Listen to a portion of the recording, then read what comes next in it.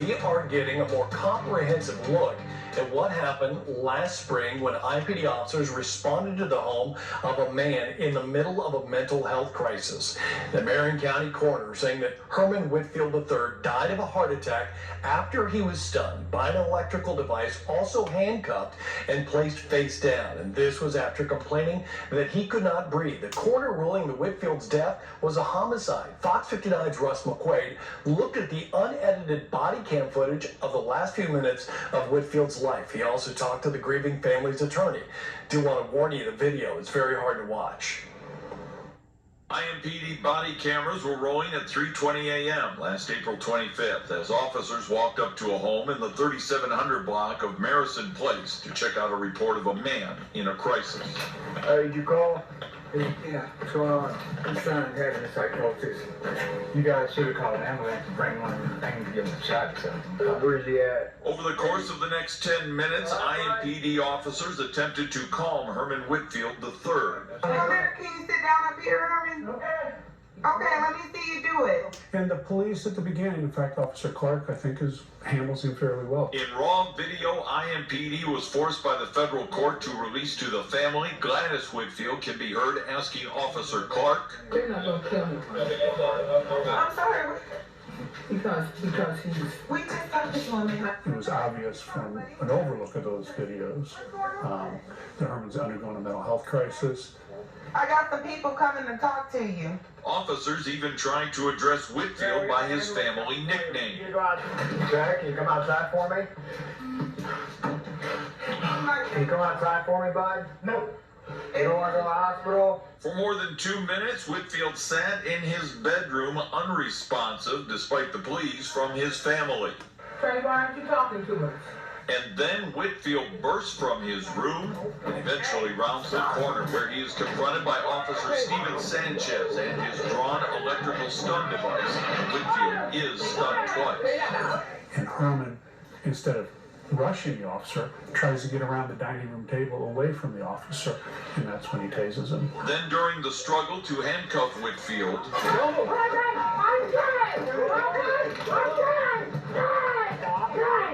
as the struggle continues with the officer pressing down on the back of Whitfield's head,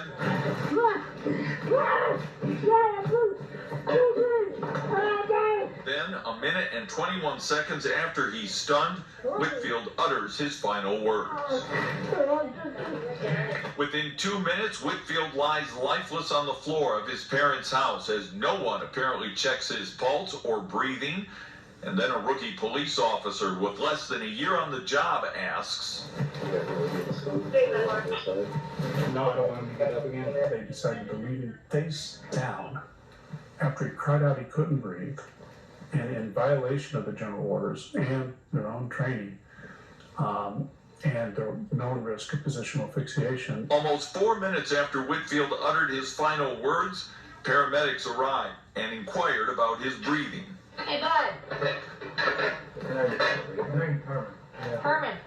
Hey, Herman. Whitfield's lifeless body was finally rolled onto its back as a paramedic checked for a pulse, and a futile attempt at CPR began more than 5 minutes after Whitfield made his last sound. The officers failing, they're not trained enough, and really the city needed to have more trained crisis intervention people there. Russ McQuaid, Fox 59 News. I am infuriated. The Indianapolis Metropolitan Police Department has murdered Herman Whitfield III. Even the coroner has said it's murder. I don't know, back 6 months ago, I don't know what the chief was talking about that he didn't know from looking at the video. You couldn't tell what killed Herman Whitfield III. We're not hiding anything.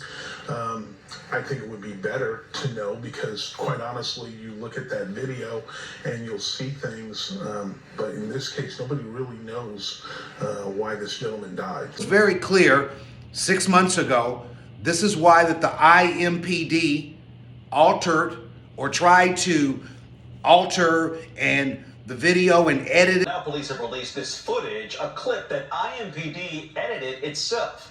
Now police have released this footage, a clip that IMPD edited itself.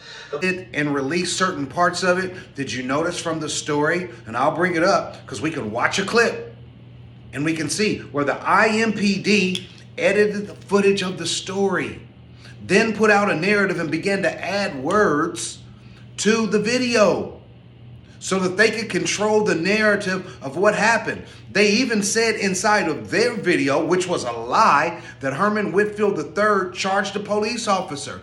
This was a blatant lie. This is corruption in the Indianapolis Metropolitan Police Department. The IMPD, this is corruption. They have murdered Herman Whitfield III. It's not the first time that they've murdered men. We can go all the way back to the 80s when they murdered Michael Taylor and he was in police custody in a car in the juvenile department's parking lot.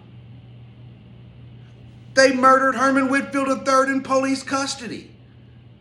This was clearly a mental health crisis. And the police from the Indianapolis Police Department, flaunting their authority, throwing around their badges and trying to throw around their weight and going to handle a situation that they weren't equipped to handle and should have got trained mental health professionals to handle the situation, they ended up killing Herman Whitfield III. Indianapolis is definitely acting like the Circle City, going in a circle. It's Indianapolis Metropolitan Police Department chasing his tail in a circle, looking for a bad guy, trying to blame Herman Whitfield III. And all along, the bad guys was right there in blue, right there with the badge, right there with the gun, murdered a man. And it's all on video. And you tried to withhold the video and you had to get a court order from the federal authorities. A federal court had to hand down, yeah, you heard me. The federal courts handed down the order to the Indianapolis Police Department to release the film, the body cam, to the family. Otherwise, Indianapolis was going to tell a lie. The police department was going to tell this lie, chop up the film, give you a narrative and a story, and you never would have known the difference. But the feds got involved and made the Metropolitan Police Department release that film to the Whitfield family, and that's the reason we had the film.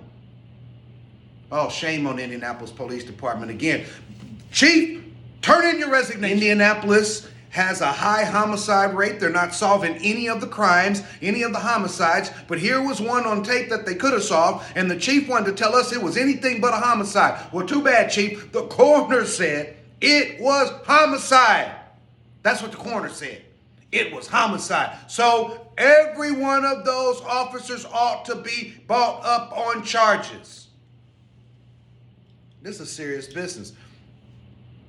That man said, I can't breathe. He wanted up. This is another Eric Garner. Indianapolis Police Department and its dirty ways have kept on until they got a George Floyd underneath their belt and an Eric Garner underneath their belt. I hope the city of Indianapolis doesn't rest. I hope every activist, I hope every civil rights group gets in marching lines, gets down to City Hall, gets all over your back. Again, Chief, turn in your resignation. The Indianapolis Police Department is showing you its hand of corruption. These officers that are involved in this incident have been put on administrative leave. They belong in jail. Instead of pushing a pin, they should be pushing a mop. Instead of having a badge, they should be given an inmate number. And the chief of police and his department tried to alter the video. They tried to control the narrative. They tried to fool the people of Indianapolis. They tried to send out a false narrative. They tried to accuse a man of being aggressive and combative who was not engaging the police department at all. Chief, turn in your resignation. You belong in jail along with your officers. This is Indianapolis Police Department's corruption at its finest. I am Darren Barbour of the DBI, Darren Barbour Investigations, the Minister of Information.